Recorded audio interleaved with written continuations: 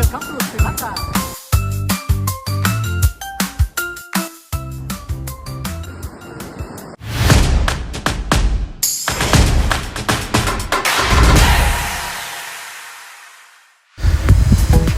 අයිබෝන් යාළුවනේ, අද අපි ඇවිත් තියෙන්නේ ශ්‍රී ලංකාවේ කැස්බෑ සංරක්ෂණ මධ්‍යස්ථානයක් වෙතට. අද අපි බලමු මුහුදු කැස්බෑවන්ගේ අපූරු ජීවන චක්‍රය. බිත්තර වලින් ආරම්භ වෙලා ආය මුහුදට යන ගමන. ඒ වගේම තුවාල ලබලා ඉන්න කැස්බෑවෝ බේරගෙන නැවත සුවපත් කරන ආකාරයක්. ඉතින් එහෙනම් මේ වීඩියෝ අන්තිම වෙනකම් බලන්න අපිත් එක්ක එකතු වෙන්න. මෙම කොස්ගොඩ කැස්බෑ අභිජනනාගාරය මුහුදු කැස්බෑවන් ආරක්ෂා කිරීම සඳහා ආරම්භ කළ වැදගත් සංරක්ෂණ මධ්‍යස්ථානයක්.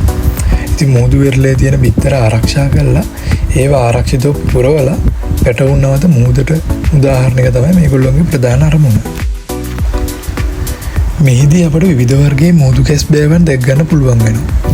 ශ්‍රී ලංකාව අවට මුහුදේ හමු වන කැස්බෑ විශේෂ 7න් 5ක්ම මෙරට වෙරළ තීරයේ බිත්තර දමනවා.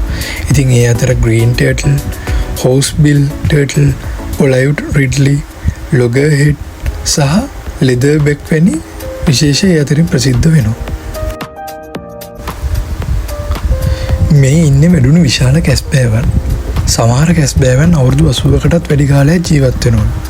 ඔවුන් සාගරයේ දහස් ගණනක් කිලෝමීටර් ගණන් ගමන් කරලා තමන් ඉපදුණු වෙරළටම නැවත බිත්තර දමන්න එනවා කියන එක විද්‍යාත්මකව තහවුරු කරලා තියෙන අපූරු කාරණයක්. ඉතින් අපේ මේ පරිසරයත් අපි ආරක්ෂා කරන්න මූලික වෙන්න ඕනේ. එතකොට අපිට මේ දේවල් අනාගතයට ආරක්ෂා වෙලා තියෙනවා හැමදාටම.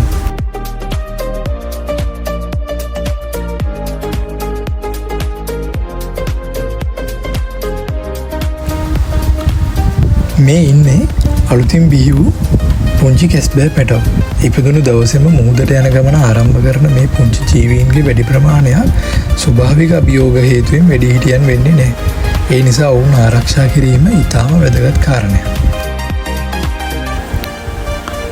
ඉතින් මේ අම්බලන්ගොඩ, බලපිටිය, අහුන්ගල්ල, කොස්ගොඩ, තොටින්දුරුව මේ හැම ප්‍රදේශයකම ඒ වගේම අනෙකුත් ප්‍රදේශවල මේ කැස්බෑ අභිජනනාගාර පිහිටවලා ඒ මගින් කරන සේවය මේ කැස්බෑවන් ආරක්ෂා කරම ඉදිරි පරම්පරාවලට ඒ වගේම ඉදිරි මේ පරිසරය සුරකින්න දරන මහන්සියකට අපි ස්තුතිවන්ත වෙනවා.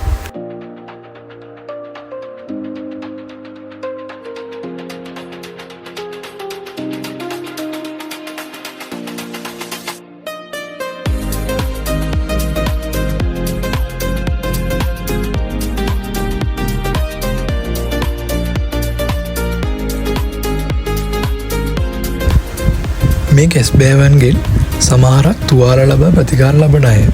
දීවර දැල්වල සිරවීම, බෝට්ටුවලට ගැටීම්, ප්ලාස්ටික් අද ආහාර වැරදියට ගිලීම සහ මූද දූෂණය වැනි හේතු නිසා ඔවුන් තුවාල සිදු වෙනවා. ඉතින් මෙවැනි මධ්‍යස්ථාන ඔවුන් සුවපත් කරලා නැවත ස්වභාවික පරිසරයට උදාහරිනවා.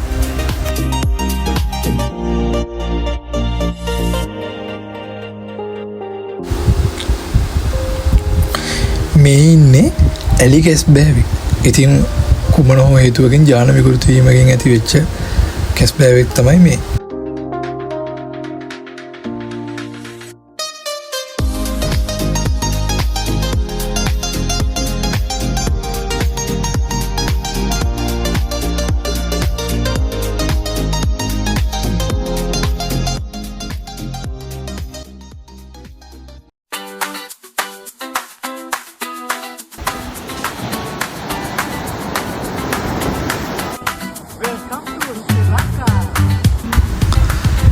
ඉතින් වටපිට පොඩ්ඩක් ඇවිදලා බීච් එකේ තියෙන ලස්සනත් ඒ වටපිටාවේ තියෙන සුන්දරත්වයත් අපි පොඩ්ඩක් වින්දා.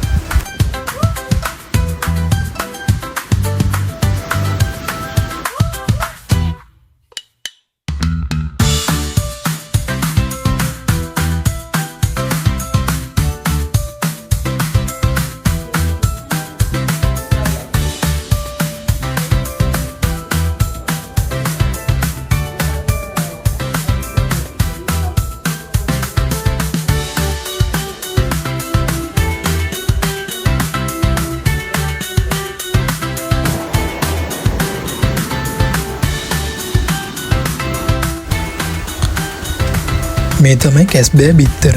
ස්වභාවිකව කැස්බෑවන් රාත්‍රියේ වෙරළට ඇවිත් වැලි තුල බිත්තර 100කට වැඩිය තබනවා. නමුත් ස්වභාවික පරිසරයේ මේ බිත්තර බොහොමයක් විවිධ සතුන්ගෙන් හෝ මිනිස් ක්‍රියාකාරකම් නිසා විනාශ වෙනවා. ඉතින් ඒ නිසා මෙවැනි හැචරි වලින් ඒවා ආරක්ෂා කරමින් පැටවු බිහි කරනවා.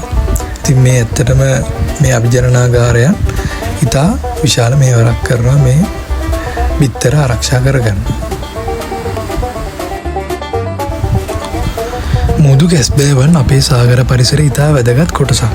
ඔවුන් ආරක්ෂා කිරීම කියන්නේ එක කැස්බෑවෙක් බේරා ගැනීම විතරක් නෙමෙයි. මුළු සාගර පද්ධතියම ආරක්ෂා කිරීම. ඉතින් අපි හැමෝටම පුළුවන් ප්ලාස්ටික් භාවිතය අඩු කරලා වෙරළ පිරිසිදුව තියාගෙන මේ සුන්දර සතුන් ආරක්ෂා කරන්න.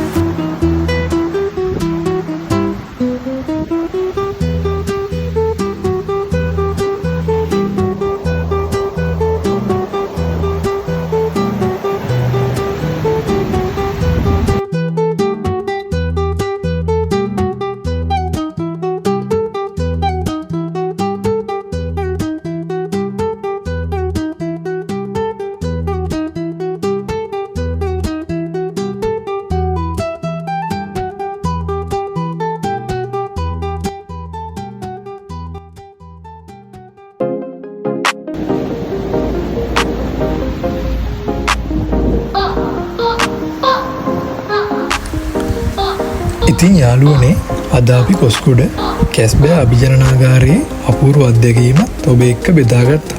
ඉතින් මේ වගේ තවත් ශ්‍රී ලංකාවේ සුන්දර ස්ථාන සංචාරක අත්දැකීම් වල වීඩියෝ බලන්න අපගේ channel එක subscribe කරන්න.